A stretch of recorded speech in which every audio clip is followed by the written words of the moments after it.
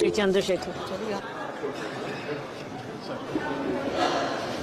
माननीय सभापति महोदय जी, मैं सर्वप्रथम तो आपका धन्यवाद करता हूं कि आपने मुझे रेलवे संशोधन विधेयक 2024 पे अपनी बात रखने का मौका दिया।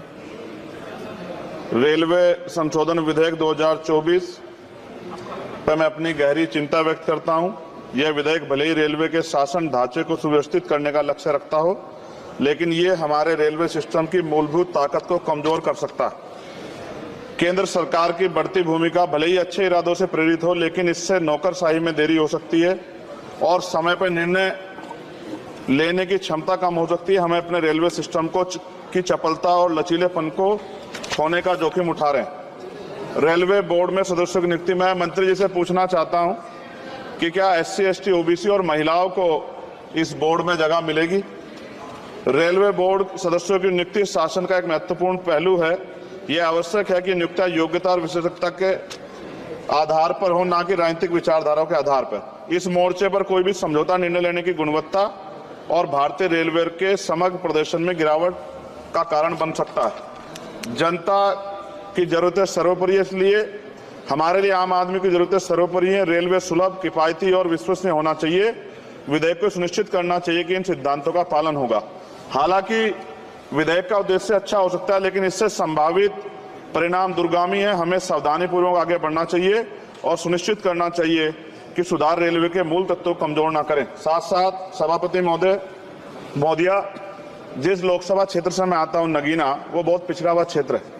वहां के युवा, किसान, महिलाएं, मजदूर जीवन यापन करने के लिए कठिनाइयों का सामना करना पड़ता है उनको।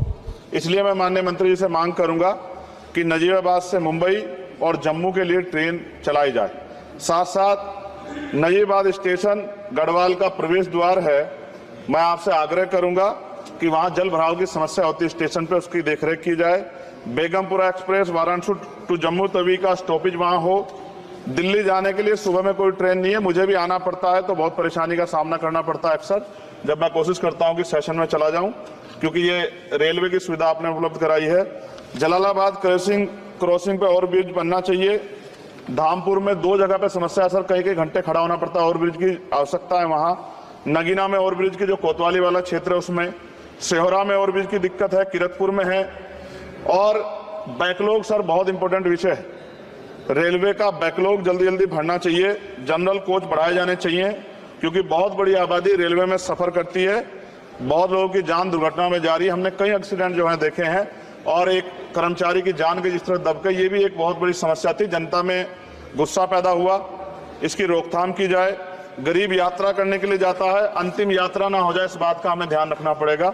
साथ साथ इसका मुझे एक मुख्य कारण ये दिखाई देता है कि लोको पायलट को रात और दिन में ड्यूटी करनी पड़ती है।